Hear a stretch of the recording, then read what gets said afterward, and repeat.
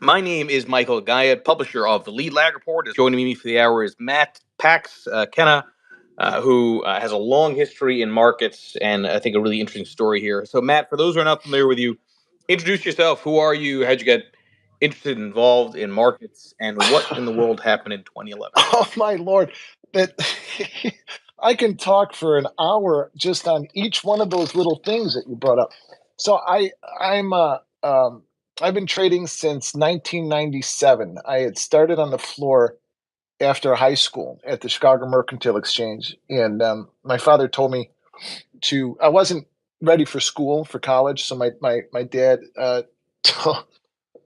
First generation American told me, you've got to go, you got to get a trade, become a cop or a fireman, or become an electrician or something. I thought, no, there's a guy I went to high school with that's a millionaire. He's 20 years old. He's making a ton of money. I'm going to go to the work at the Merc. So I did, and I started off as a runner. I didn't have a rich father or any rich uncles, or I didn't know anybody on the trading floor when I walked on that floor.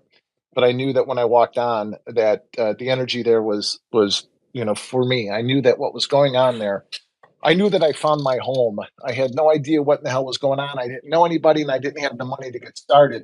But I knew that I would work harder than most people in order to earn my shot. And I did. When you work on the floor as a clerk, it's almost like the minor leagues in baseball. You move from one level to the next, to the next, to the next, until I eventually earned my shot at trading. I wanted to trade. I didn't want to be a broker. There were two types of members on the floor. There were traders, and underneath traders, you had different sorts of traders. You had fun guys, you had traders that were trading for other people, and then you had prop guys, and then of course, you had independent traders or locals. I wanted to be a local because I did not want to have a limited upside. I wanted to be able to have the ability to earn what was beyond my imagination at that point. So I did. Um, I pursued that avenue, and I became an independent local trader. We called ourselves locals because we were Chicago based traders. We were on the trading floor of the Chicago Mercantile Exchange, where I was, Chicago Board of Trade, the Chicago Board of Options, and yeah, I was a typical kind of a merc guy. I worked my way up and earned my shot. So I went into the NASDAQ pit, Michael, and the NASDAQ pit this is in 1997. So everybody knew that computerized trading was going to overtake the business, so that we only had a few good years left. The NASDAQ pit started in 1996, the NASDAQ contract, NASDAQ futures contract. So I wanted to be part of the best of the last great pits, or the pit that had the most growth potential towards the last few good years on the floor. And I caught that, and I became a big trader in the Nasdaq, one of the younger big traders in there, because as the volume grew, as the open interest grew and the volume grew in the contract, I grew as a trader. And as I, and I, it also coincided with the beginning of the tech bubble, 1980, 98, 99, after LTCM and Russian default and all of that volatility that caused. And, I had no idea what I was doing, but I had two really, really good mentors. One was Mickey Hoffman, who was my mindset, coach, and he mentored like 6,000 traders on the floor in a class that he called University of Trading. And then Judd Hirschberg, who taught me technicals and taught me how to trade the opening range and all of these things, this big Michigan soup. I just happened to be at the right place at the right time with two great teachers and mentors and a modicum of talent. And I did not know how to limit myself. So literally, I was able to pursue my dreams and beyond anything that I imagined. I can't tell you the amount of money that we made in those in those years. I posted a picture yesterday that was on my Twitter page that ran in newspapers all across the country. It was actually used in a TV series for Vice. Vice had a series this summer on trading, the crash, I guess, and they used the crash of '08, and they used that picture in it. I got all kinds of DMs and messages. Hey, that's you, isn't it? Anyway, That's good. Like if you ever get on Tinder, that's a good Tinder picture for whatever it's worth. oh my God, I'm married this weekend. I'm married 19 years. No Tinder for me. But yeah, it would work, right? Somebody had asked me I made a lot of money that day, and I remember specifically posing for that picture because the photographers would come down, and we were the busiest pit at that time, so they would come down and snap a lot of pictures of us. But I've got a lot of action shots that were all over newspapers, all over the place. But that one in particular really caught on because I had my hands in, I was rubbing my brow. Oh my gosh, I look stressed. I made 200,000 that day, and that was all my own money. Well, mine and my ex-wife's and my kids from my first marriage. But it was an amazing trading day, and it was a Fed day. One of the points that I think is important to make about that video, not that video, the picture, and the point that I was trying to make is that I take it easy on Fed days. I've had very good days on Fed days, but I've never had my best day. I have, however, had my worst day. I lost $1.5 million in a surprise Fed rate cut in 2001, January 3rd, 2001. The Nasdaq had the biggest rally ever. There's never been a 1 day rally that has even come close to it. The Nasdaq rallied 26.5% in less than 2 minutes, and I was short the whole way up. Not the whole. I mean, I was short. I just couldn't get out. We literally rallied 400 points without a contract trading. No, we had even now. If I don't trade Nasdaq very much anymore, I trade SPOOs and crude mostly. But even now, we've got even in those low liquidity times, like yesterday, where all of a sudden the bids and the offers dry up on the domes, and we've got 10, 15 points. We still have access to price on the trading floor. When there was a liquidity vacuum, you were quite possibly could take your firm under. I mean it. I'm sure that most of us have had that dream where you've got a position running against you and you can't get out. I've It's been a recurring dream for me over the years. It happened again in 11 too, in a different way with MF Global. But anyway, that day was exactly that. I mean, we were trading. I was bidding the market up in 100-point increments. I'm 21 even bid. I'm 22 even bid. Now think about that. That's 12,700 bid in today's prices. I'm 12,800 bid, and I wasn't putting a number on it. I would have taken whatever they gave me. Yeah, and the pit, you had to, if you when you made a bid and offer, you had to put a number on your quantity. Otherwise, the broker can turn around and say, "I'll sell you 5,000." I was willing to buy whatever number the brokers had at that point because I was short. And I was short 24 contracts, and they needed to get out. The market was running 600. I got out on the high. It's actually a pretty interesting story. So finally we found a price that the market accepted. Remember, this is in 2001, you guys, and I know for many of you that might seem like ancient history, but we have to if we're going to know how we're going to act as traders, we have to know what happened. If we're going to know what we're going to do in the present, in the future, we have to know what happened in the past. So this is 2001, and the important point to remember is that in 2001, the majority of the volume was still created by human beings. 90% of the volume now is created by computer programs. So hold on. So that's a good direction to kind of pivot off of before you continue. So I think this is Sure. so you've got the experience being with actual human beings. Okay, as a floor trader. When I was 16, I had an internship at the Florida New York Stock Exchange myself. I worked with Quick and Riley, the U.S. clearing division, right? So I would Sure. see right on the floor of the exchange the aggressiveness and the mentality and the sort of anger and excitement, all the imageries that you see, like yours, right? I see it myself real time. Um, d- I get question number one would be, do you miss that era? And then two is, do you think that era was in some ways easier to manage than the one we're in now, where to your point, it really is a lot of algos that are doing the trades against other algos? I do miss it. But not for I think the reasons that most people think. I miss it because it was fun.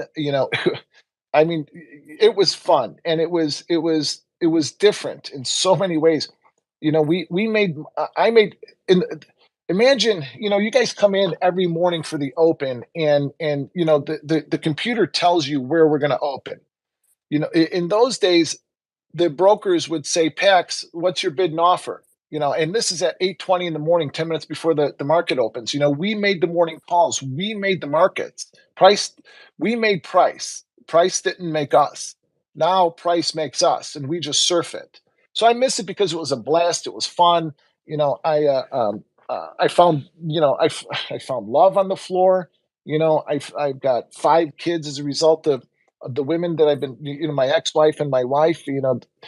I've made a ton of money, and I had made a lot of friends, and I had incredible experiences on the floor. Some funny, unbelievable, funny things, tragic. Some of the most generous people I've ever met. Integrity was probably the most important thing on the trading floor. If you didn't have integrity, you didn't last. You can be the world's biggest asshole, but if you weren't an honest asshole, you wouldn't be on the floor for longer than a month. Sam Bankman-Fried would have been found out within 2 weeks. Everybody would have shunned him, and he would have been off the floor really quickly. And that's a fact. Terry Duffy said that during the whole FTX, before the FTX crisis. So I do miss it from that standpoint. I think it was easier to get started in the business. Um, I think it was easier to make money as a new trader then than it is now. We were $100 a tick at that time.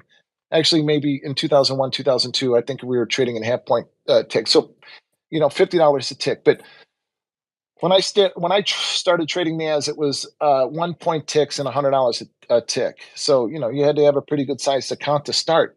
It was much more expensive to start then. You had to have at least $50 to $100,000. If you didn't have 100 grand to start and to put into your trading account, you needed to have somebody back you, which I didn't have 100 grand. I had the guy that I worked for on the floor for many years back me. It's taken me a long time, Michael, to say this, but I prefer screen-based trading. I find this easier. I'm healthier. I'm healthier at 54 than I was when I was 34. I'm in better shape now than and I worked out then. But I'm in better shape now than what I was then. We're on the floor. I drank too much. I smoked. Then. Most of us smoked. I drink a ton of coffee. So my lifestyle is better. It's easier, and I find trading to be easier too. Um, I find surfing surfing price, letting the algorithms lead and not fighting the algos. I find that to be a lot easier to pull money out of the market than what we did on the trading floor when we created price, when we created that momentum, when we created that volume. There was right now it's just me against it's me against myself. It's not me against the market or me against the screens. On the floor, it was me against everybody in that pit. Sometimes even my clerks. Which made you, I mean, I'd argue that's what makes for a tough trader.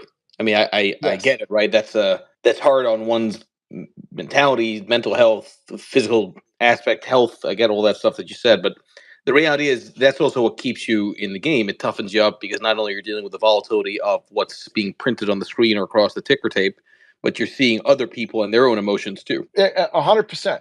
I had to with my right eye, I watched 10 people. With my left eye, I watched another 10 people. With my right ear, the same. With my left ear, the same. I was aware of what everybody's positions were. I was aware of what the fund's positions were, what the bank's positions were. I knew. I said this the other day in a tweet. Anthony Credelli had made a tweet about this big trader that we knew that made $500,000 in the end of the month markup, and somebody said, "Yeah, he must have known something." And I immediately rattled off a tweet in response to it that no, he didn't. He was aware of what people needed to do going into we just knew those things. So I knew what big locals were stuck, who needed help, who were more likely to help me, who was more likely to try to jam in my ear too. And the guys that were willing to help me, I was willing to help. The guys that were going to jam me, I try to jam them. Try to make them puke. All of these things we were aware of, and that made it for a lot. I wouldn't say more difficult. It made it more. It was more interesting, but it made us tougher. You're right. That's a good way of putting it. It made us tougher.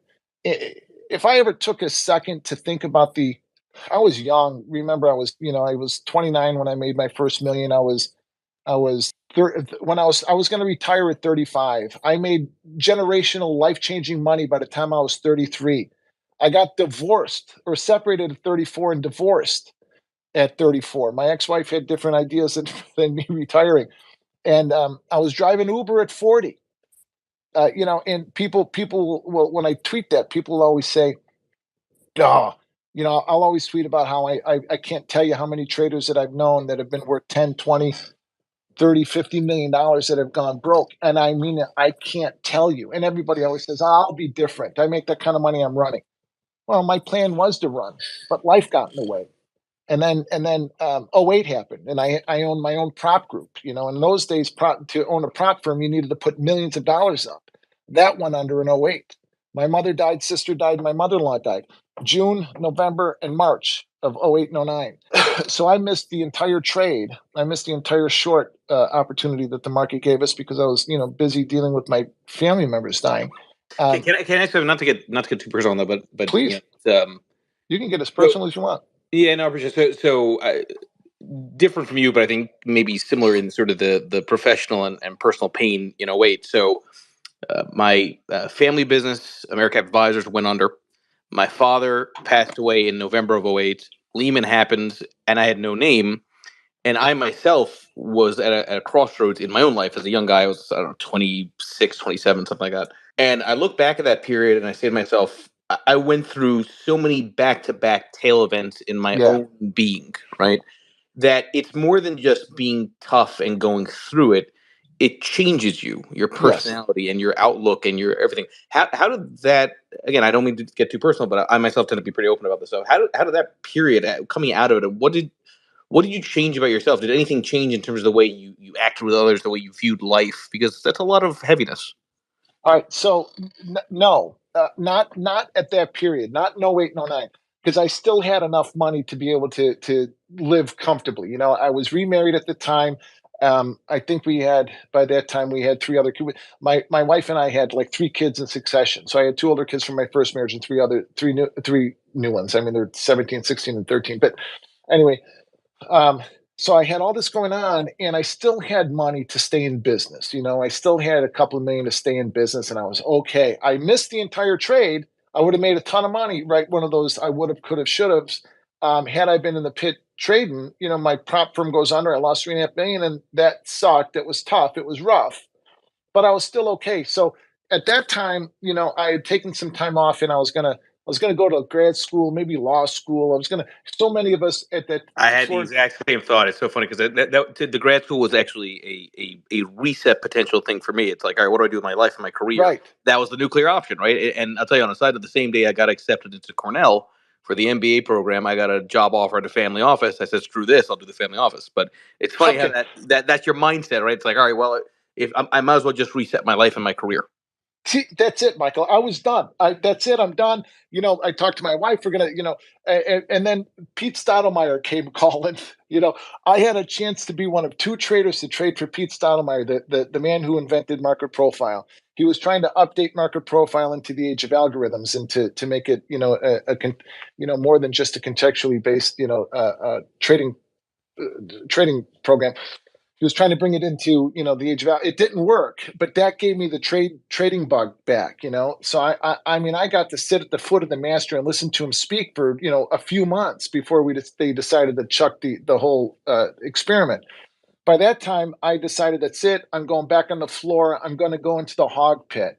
Oh, they didn't want me in the hog pit, but it was a great spot. I learned how to spread. I wasn't a spreader. I didn't know how to trade commodities really. I came from the NAS, but I learned how to I learned how to trade again. So that experience, it took 6 months off, 7 months, 8 months after MF, not MF, but after like the lows of March of '09. I came back and I traded for Stottlemyre in the summertime, and then I was in the hog pit within a couple of months of that, and I started to rebuild my pit career back in the hogs.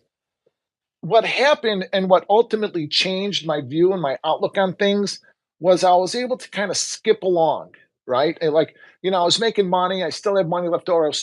We're still financially viable and in very good shape. I was not nearly as wealthy as I was. My ex-wife and kids were well taken care of. So life was good. So there wasn't any real change in my life. Then MF Global happened, and overnight, I had all kinds of hog spreads on. I had pretty decent sized positions, and I had a lot of money in it, and I couldn't get on the floor. And for the audience, talk through when you say MF Global. I know the story, but explain what happened at MF Global. That kind of context. Well, you know, everybody did. Everybody knows what happened with FTX, right? So, whatever Sam Bankman-Fried and what they were doing with their customer segregated funds or customer segregated accounts. All of you guys who trade futures, look at your statement and it'll show customer segregated funds. That's your trading capital. That is your money. You own it, you control it, and the firm is merely a safe keeper of it. Um, what happened with MF Global was the head of MF Global, a guy named John Corzine, was trading customer segregated accounts. He was trading our money that he did not have legal access to, and he put on these huge bond positions that that there were rumors that there were problems and trouble with MF, but there were always rumors that there were problems and trouble with firms. And I should have heeded them, and some people did. I didn't. I was just going to work, kind of skipping along. And one day we just literally couldn't get on the floor.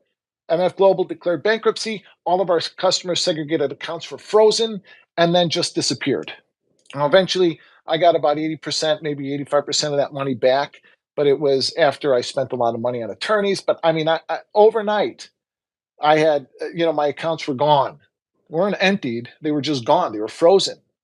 Then there was, FC Stone was going to, the CME was going to make them good. There was a firm going to make them good, and so there was mass confusion because this has never happened before. So what I did, like an unbelievable moron, was I was going to trade back that money. I was going to trade back that it was a 7-figure, debacle for me. So I was going to go trade that money back. I started to empty out accounts and putting it into my futures account. And I was at home trading on the screen. So I was trading S&P and I was trading 100 lots in NASDAQ. I'd put on 100 NASDAQ. I'd put on 100 S&P and 200 NASDAQ. I'd be up 100,000, go to the bathroom. I'd come back. I was down 150. $250,000 swing with, some spread on that I thought was going to work. 6-figure losses, pretty consistently to the point that all of a sudden we were empty. We were broke, my wife and I, and that was a very difficult conversation to have. But at that point, I was kind of staring into the abyss, right? I mean, now what? Holy moly! I've got all of these people, my family, counting on me. What am I doing here? Who do I think I am? So, we my wife and I went down to Miami. We rented a house in Key Biscayne for a couple months, and again, law school, the grad school to become a therapist. Remember one thing I didn't mention, Michael, was I studied to be a Catholic priest from the time I was 23 to 26. So for 3.5 years, I had the bright idea that I was going to be a priest. One of the main difficulties that I've always had with trading and success was I've always had a bit of guilt in relation to the money that I've made because I wanted to change the world. I wanted to bring peace and happiness to people's lives. So maybe I do that now. Well, we really couldn't afford it until some MF Global money started to come back to us. Um, my wife ended up saying something when we were in Key Biscayne. I'll never forget it. My wife was a clerk on the floor for 18 years. She worked in the Yen pit and the NASDAQ pit. She said, "Listen, I believe in you. I trust you. I believe in you. You were the king of the NASDAQ when I met you. Go back and figure it out. Go do that. This is what you're good at. Go do it." I didn't believe in myself. All I saw was the destruction that I left in my wake at the time.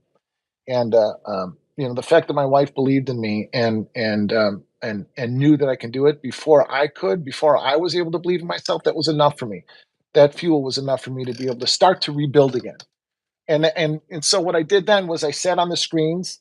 I opened up a small account at RCG and I sat on the screens and I traded one lots. And I thought, okay, what worked on the floor for me? Well, trading the opening range worked. Okay. And then I had to put my whole, new process together, trading from, just pay what I call the pay lines to my targets. And how do I generate the targets and what did I do to generate the targets? All these things started to kind of come together over a period of time. And I started to make a little bit of money and become profitable again. This is when I was driving Uber and, on and off here and there and making some money, rebuilding and some of the things that I tweet about, just rebuilding, or building a career. At this point, I was rebuilding, but you guys building your career one trade at a time and keeping it simple and finding what works and learning the strengths and the weaknesses of what works and trying to extract money from the market consistently over and over again. Developing your own process or adopting somebody else's process and learning how to make it work for you and to protect yourself from its weaknesses is the key. Every process needs to be consistent, repeatable, and scalable.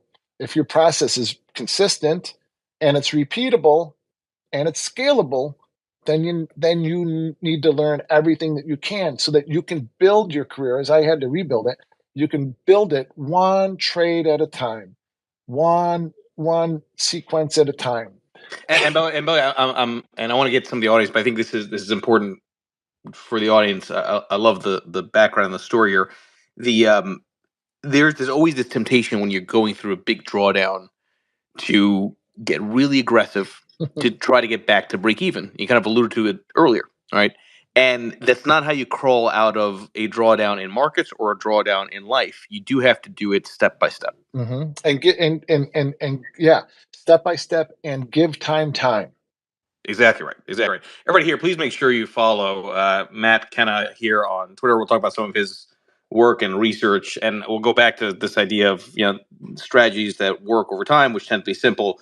Uh, Everybody, please do me a favor here. DM your friends, your colleagues, have people join this space. It does help with the algorithm while we're live. If you can spread the word as we're chatting here. Thank you, Gnostic. I appreciate your openness. Isn't it funny how we feel when we're in the midst of a drawdown or just a storm, right? A storm that life brings and that trading brings, and sometimes they collide and they create huge storms. When we're in the middle of a storm as traders, it feels so lonely and so alone. And you know what? We are. And when we can see that we are, I think then we can see our way out. When we I don't know if this sounds paradoxical or what, but when I accept the fact that I'm alone, and then I can accept other people's influence and help and support. But what I try to do on the floor is I tried to a community of people that were going to, that I'd pick you up, you'll pick me up. But when the shit hit the fan, nobody was there to pick me up. In fact, nobody knew my name. I had probably given out over $1 million to people, back traders that I forgot about backing. I invested in anybody that opened a bar or a restaurant. I put money into it in the city at one point. I forgot about this shit that I did. When my wife and I when $1,000 would have changed our life, and people didn't know my number and my name, I realized I am on my own. And it was at that point that I was able to surround myself with better people. I don't know if that makes any sense or if it just sounds paradoxical, but Well, but by no, the way, that I'm just real quick. I'm so glad you also mentioned this point. It's like I keep going back to there's this, especially on FinTwit, there's this obsession with tearing other people down yeah. when it's like everybody carries a cross. Everybody's got their demons, their frustrations. I you have to surround yourself not just in real life but in the digital life and follow those in your real life and digital life who are going to be also positive forces to not kick you when you're down. I mean, listen, I felt that all throughout last year, and I'm very loud and aggressive pushing back. But that community point I think is really really important. And going back to the being on the floor versus not on the floor, at least on the floor, like you said, right? You can be an asshole, but if you have integrity and if you're at least a decent asshole, right? You can lift somebody up, and that's a plus. That's right. That's absolutely right. And that's a really, really important point about FinTwit. I try to always tweet. Nobody needs. Every like today, I tweeted some levels and some targets, and I'll do that. Just based upon my work when things are very clear. But I try not to ever give any sort of opinion in the market because I know that people are going to act on that. People that might be underfunded or a little bit desperate, because I know that I was looking for that kind of stuff when I was struggling. My God, I can tell you some funny stories about me and a dear friend of mine, Danny Salerno, who passed away at heart. Another trader that died before he was 50. Anyway, sitting up in our office, our first foray into electronic trading in 2003, just swinging all kinds of huge numbers and asking everybody and their brother and their sister what their opinions were and taking trades based off of some runner's opinion. It was ridiculous what we were doing. And I didn't learn anything during that period of time either. There was a anyway.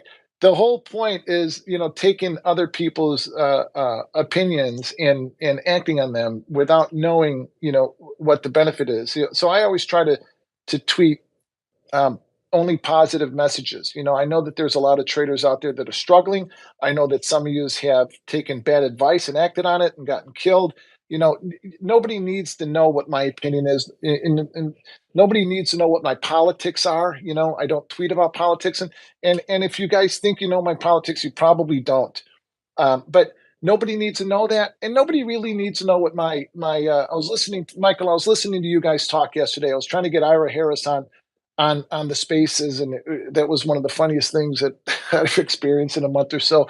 I was laughing like hell. He was just getting so frustrated. Anyway, I was listening to you and Tracy and Daniel LeCallier talk, and the other gentleman, I forget his name. I was listening to you guys talk. Mark, yeah, I forget his name. Mark something. A very smart guy, and I enjoyed Yeah. listening to him. And I feel bad that I can't remember his name because it was a great conversation. And Tracy at one point had added me as a speaker, and I thought, I'm not jumping in here. This is way, this is just, this is not my bailiwick. My bailiwick is to support other traders in their journeys because we all need support, man. This shit is hard, but it's the greatest fucking job in the world. Excuse my language. This is the hardest thing that we can ever imagine doing, in my opinion, that does not require a sacrifice of one's life. Oh my God, but it's the greatest business I can possibly imagine being a part of. I'm so grateful that I walked onto the floor after the crash of 1987 as a runner making $80 a week. I'm so grateful that I had every experience that I've had. And to your point earlier, Gnostic, about 08, 09, one of the most important things that I learned from that period is that I didn't miss anything during those years. I wasn't there trading. I was trading short leading up to it. I was fighting the algorithm because I thought the market was going to fall apart. It did, but I didn't consider myself missing anything because I wasn't there. And maybe I had an out trade that would have cost me, a ton of money, or maybe I would have been long, or something negative would have happened. I wasn't there. I didn't miss anything. So if yesterday I happened to be long, but if I came into yesterday, if I would have missed a 100 handle rally, that stuff doesn't bother me. If I've got a superpower as a trader, it's the ability to miss moves and to not be emotionally attached to it.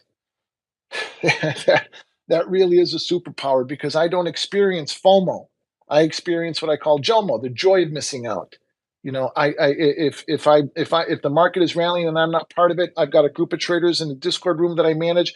I'm going to support them and let them know what my research tells me where the market is going to go and how it's going to trade. Then I'm going to help them manage it. And I'm going to go work out. I'm going to go take a nap. I'm going to take my wife for lunch. I'm going to go have a beer with friends. I'm going to do something good. Spend time with my kids. I'm not going to experience FOMO that pulls me into overtrading and pulls me into all kinds of negative loops, building that negative momentum. You know how I talked earlier about building your career one brick at a time, one trade at a time. I had to rebuild the second phase of my career on the screens. I had to rebuild one trade at a time. And there were long periods and stretches where I didn't make money, but I hung in there, You guys building your career, you're building positive momentum, just one trade at a time. Each trade informs the next trade. Each trade then informs the next trade. And let's get a little bit more granular on that because I think this is important. So yeah, okay, so it's one step at a time, gradually, gradually, then suddenly, then you come back, right? Because that's how compounding has a funny way of working. But you still have to kind of figure out the right approach. And let's go back to simplicity. So just maybe for the audience here, years of experience, you've seen a lot of different things, made a lot of money, lost a lot of money. What are some of the approaches that you yourself would use that worked and that didn't work? I'm not asking for trading signals. I'm trying to more get to how did you formulate your more simplistic way of looking at markets, which was more robust than more complex type of strategies. How did what specifically are you asking, Michael? How did I do it? Yeah, well, just how did you formulate your own trading strategy in that step-by-step process of rebuilding? What is it that you would be doing, and what tends to not work if you're trying to rebuild? Okay, so I had to say I don't point me in a direction and I can literally talk for an hour, as you've already seen. So the when I started trading on the screens, remember the financial pressure that we were under and all of this. So I thought I didn't have enough information, and then I went back to market profile with what I learned from Stottlemyre, and and then just all of the studies and RSIs and MACDs and all kinds of different things, all indicators coming out of my ears, all kinds of things that I'm putting into my trading because I just didn't have enough information. When then just kind of stripping things back, I was a big trader in the Nasdaq. I was a big market maker for my own accounts. I needed to go back and I needed to strip all of this away, and I needed to implement what worked for me on the floor. And I needed to see if what worked, if I can implement what worked for me on the floor into the screens, if I can adapt it to screen based trading. My whole trading and my whole technical approach is rooted in expiration targets. Everything I do, everything I do is going to be rooted in expiration. 4187 in the S&P, which I tweeted about yesterday, which I tweeted about December 13th when the market ran up there in CPI, is June of 21's expiration price. That's it. So, I'm going to use the opening range to get me between major level to major level in my work, and I'm going to strip away everything else. The only thing that matters to me is every single day, my daily pivot is the 30-second opening range, the same opening range that was defined on the trading floor since Dow theory was invented. The CME still puts out and publishes the 30-second opening range. Anyway, that's my daily pivot. I'm long above it. I'm short below it, and I'm going to be long up to major targets. So today's opening range in the S&P was 41. I can't even remember what the hell it was. 41. Hold on, I'll look at it. Today's opening range in the S&P was 41.7475 to 41.7175. So I'm short. I wasn't short today, but I'd be theoretically short at 71.75. Take profit at my first target, which was 41.60 to 62, and then leave something on for the market to extend. That simple. We get back above 74.75. I'm long, and I'm going to be long to where? 41.87. We get above 41.87, and I'm going to leave something on until we get up to 42.03, 42.20, back up to that gap that we left August 22nd of this year when we got from 42.20 to 41.87 again, actually. It's that simplistic technical way of looking at the market from pivot point to pivot point, or as I talk about, ladder run to ladder run. And which basically means you don't give a shit about news, FOMC. You're just following the charts. That's it.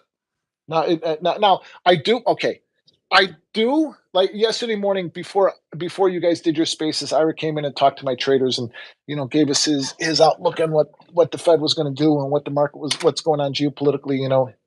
Ira Harris is my macro trading mentor. I do care about what the story is after I get positioned. Then when the story fits my trade, or when my trade fits the macro story and the technicals all line up, those are powerful trades like yesterday. The technicals all lined up for a rally, and also a flush. I mean, if we would have gotten below yesterday's opening range, we would have pressed lower underneath 40, 48, or 40. What the hell price was it? 40, 48. Underneath 40, 48, then we we're going to go back to 40.05. And that could have happened. Now, we didn't. It didn't. We rallied. We rallied 100 points. It was a beautiful day. It was a great trade, and to me, it was very easy. It was the best trading day of the year for me, and that's important to note. Is that we try to be consistent every day. We try to extract money out of the market consistently anyway. And I don't. Many of you have probably heard me talk about the difference between loss and expense. I don't lose money. I spend money. So I'm going to be long at 74.75, and I'm willing to spend a little bit of money to find that momentum of the market. When all of these three things line up, my position lines up with the technicals, lines up with the macro story, those are going to be the trades like yesterday that are going to be very, very powerful. Otherwise, I'm just trying to pull some money out of the market consistently and manage my costs, my expense, manage my costs to get involved in the market, to be able to find that momentum and keep my costs low and keep my profitability relatively high, and that all is going to, that's why I like the event contracts, with the place your trade suit, because it, You know what your cost is, and your upside is still limited, but you know what your cost is to get involved in the market. That's why options are so powerful too. Anyway, I don't know if I answered your Yeah, question. you know that I like the way that you frame that on the expense, versus loss side. All right, so we talked about levels, talked about some of your background. What do you? Because to your point, right? It was a lot easier back then to get started than it is now in the real way to learn about trading and investing, as Mhm. opposed to the Robinhood way. Okay, and no disrespect to Robinhood, but gamification is not knowledge. No. What are some of the things that you think people need to do to really get a solid foundation? Because I got to tell you, every now and then I pop into these random spaces, and most of them talk about Tesla, right? Yeah. And the people that speak are not only anonymous, but like they're clearly saying things which are just blatantly false from a data perspective, from a Yes. backtest perspective, and yet people are like listening to them, like, oh, they must know what they're talking about, and they confuse confidence with knowledge, right? Yes. Um, how, Yes. how do you get the right knowledge set, right? Because it's got to be hard when there's so much ease to get misinformation on platforms like Twitter. Okay, you see that now that's I meant to say this earlier and I ended up going down a different rabbit hole. Hopefully there was some value in it. But on the trading floor, I can, like Ira Harris is my macro, my macro mentor. Ira Harris was a board of trade. He was a board member at the Chicago Mercantile Exchange. He was an incredibly well known floor trader. Uh, I started to say, everybody told me what a great trader he was, so I would say hello to him, and then he would start to say hello back to me after a couple of months, and he would look down at my badge and he would see what my name is, and he would start to call. So now I'd start to ask him questions. I could see who was real and who was good. You knew who was successful on the trading floor, and I had the balls to go up and try to befriend them. Most of the time they would, get out of here, kid, or beat it. Who in the hell are you? But quite often, a lot of the time, those experienced and well-known and wealthy guys, wealthy traders, men and women, were very, very open and obliged to talk to you, very happy to share their knowledge and their experience with you, to share their knowledge and share their experience. To your point, Michael, I mean, I jumped into a couple of anonymous, spaces yesterday and today, and heard a lot of, like you said, a lot of nonsensical bullshit that is very, very dangerous to traders. I don't know how you guys do it nowadays. I truly have no idea how you learn real good and true proper information. There is no substitute for experience. And I think that the way to try to tell who people who are real from people who aren't are people that are willing to be honest with you enough about their experience, because there is no straight. Okay, there probably in very rare circumstances are there straight lines to the top in this business. It does happen. It happened to me, but I did not have a solid foundation to be able to sustain the success that I had found. My divorce changed my mindset, and then other things changed my mindset. Once my mindset changed, I started to have these big, gigantic equity swings. But for 3 or 4 years, I didn't have swings. I made money every month. Then all of a sudden, after my divorce, say, oh, okay, everything changed. On the screens, you guys have to learn from traders that are willing to share their experience and to be honest and sometimes open and raw on it. And if you can learn from them and you can see that, then you can learn from a trader's experience and their wisdom and their knowledge. Too often everybody is spewing all kinds of stuff, and we conflate or confuse confidence with experiential knowledge. Oh man, it's difficult. I think it's one of the most difficult things for newer traders is to try to learn from. Look what happened with all of the alpha guys not long ago. I didn't know who any of them were. I got to know one through his tweets, but it was bothersome to see that these young guys who are worth so much money were pumping and dumping, and Yeah. none of it was real. It really bothered me because how many other people got hurt in the process of that? No, and by the way, and this is, I think, the unfortunate part of uh, having an algorithm run the show, right? Which is that the algorithm doesn't know what's real, what's not. It's Right. so you end up having a lot of bullshit that gets liked and retweeted, and people fall for it, and it's really unfortunate because listen, a lot of people can be rubbed the wrong way with the Twitter persona, which I have out there. But they investment manager. I went through a hard time last year. At least I'm out there trying to explain the reasoning for why I'm saying the things I'm saying. Meanwhile, to your point, you had all these people that were doing all this nonsense pump and dump, and it's like, why are you even giving these people a voice? It doesn't take much effort to just look to the left of the equal sign and see if there's anything real there, as Right. opposed to the bullshit that we see. But I want to get some more of the audience here. They're two very different things. Yeah, when I was on long term investing from trading. When I was on the floor, we had I'll never forget when we were sitting around having lunch, me and a bunch of other big traders, and we're all talking about how much money we had, kind of. But it was one of the guys said, "Who manages your money?" And this was the best trader in our pit. Was his badge was ONE 1, and he said, "Nobody manages my money. Nobody's going to care about my money any more than I do. Do the work, figure it out on your own." It got to the point that I actually went and got my life insurance licenses so I can buy annuities and fixed index universal life policies for my own self. Um, it's nobody's going to care about your money any more than you do. Nobody's going to care about your success more than you do. Hopefully you guys will find a mentor that cares about it, but nobody's going to care more about your assets and who both spiritual, emotional, and financial assets more than you're going to. So do the work in order to learn how to build it. Now, there's with that said, I manage my family's money because I know that nobody's going to do it any better than I do. And I also know that I've held my own self back and my family back from investments that I could have made in real estate, investments that I could have made in many other areas, over the course of the last 10 years since I've rebuilt or have been rebuilding, because I didn't trust anybody else with my money. So, and Miguel, I think that's an important aspect for you to understand. As a long-term investor, I don't trust anybody else because I got robbed by people that I loved and cared about.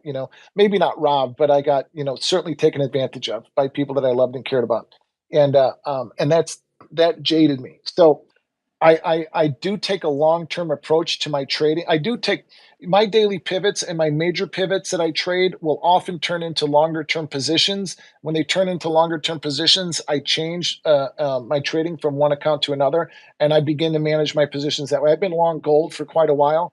I was short S&P last year from the beginning all the way down to 36.63, which was June's expiration price last year, and which was also coincided with uh, um, uh, the yearly low from 2000.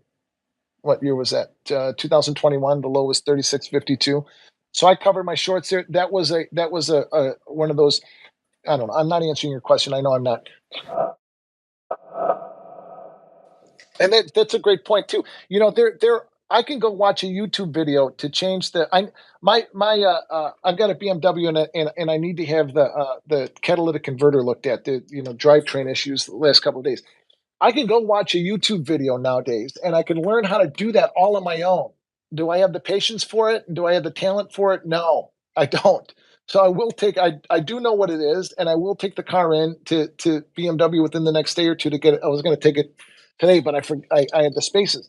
I'll take it later this afternoon or tomorrow, get it fixed, right? But I can watch a YouTube video on it. Now, Yep. I can the buy and hold concept doesn't work. Listening to random people on the, I had a guy. I was talking to a guy around Christmas time who's a member of my trading group, member of the PAX group, and he's involved in marketing some of these online groups. And has made a lot of money and has had a lot of success doing that. And he's saying, Matt, why don't you market the PAX group and do some YouTube ads and things like that? And, okay, I wouldn't mind doing that. I talked to simpler trading. We're kind of poking around to maybe buy my group a year or two ago and put me in charge of the futures. And I went in there and looked at it and, no thanks. I want nothing to do with it. But anyway, the point is that, one of the points that this guy said around Christmas time was you need to promise people that they're going to make a ton of money. You got to be the new shiny thing, and the PAX group will grow exponentially. I said, I'm not doing that. There's no fucking way I'm going to do that. What I will sell to people is that this is the hardest thing that you will ever do. But if you can figure it out, it is worth it. It's worth the struggle. There is no substitute for experience. No, that's a great and point. appreciate the integrity. It goes back to about these ads and all these, pardon my language, these fucking fools, okay, who are out there and are conning people, okay, talking about how great their trade is. You don't know what percentage of their allocation they put Right. in that trade, okay, who are talking about and who are faceless and they're getting these likes and follows, and it's like, I think it can really be summed up, and unfortunately we do have to wrap here. So I apologize to Nick and VR, but you guys come back for another space. I'm happy to bring you up first thing. Um, I think it can be summed up very easily. The if you're talking about experience, right, Matt? Experience means you've had losses. The best people to follow are those who have had losses and are open to talking about them and who recognize that there's no gurus, only cycles, and that everything in life and in markets has cycles, and to stop falling for the small sample bullshit that you see on FinTwit. Oh man, please, please. It's so important and so true. I think that's a good place to wrap this space up since I'm back to back for the rest of the day. Everybody, again, please make sure you follow Matt Kenna. This was a phenomenal conversation. I love Matt. Listen to guys like you who have been in the industry for a while, have seen it all and done it all, and I appreciate your humility, your knowledge, your openness, and everybody. Again, this will be an edited podcast under Lead Lag Live. Thank you, Matt. I really do appreciate it. Thank you, Michael. I appreciate you having me here. Thank you. All right, cheers. Thank you.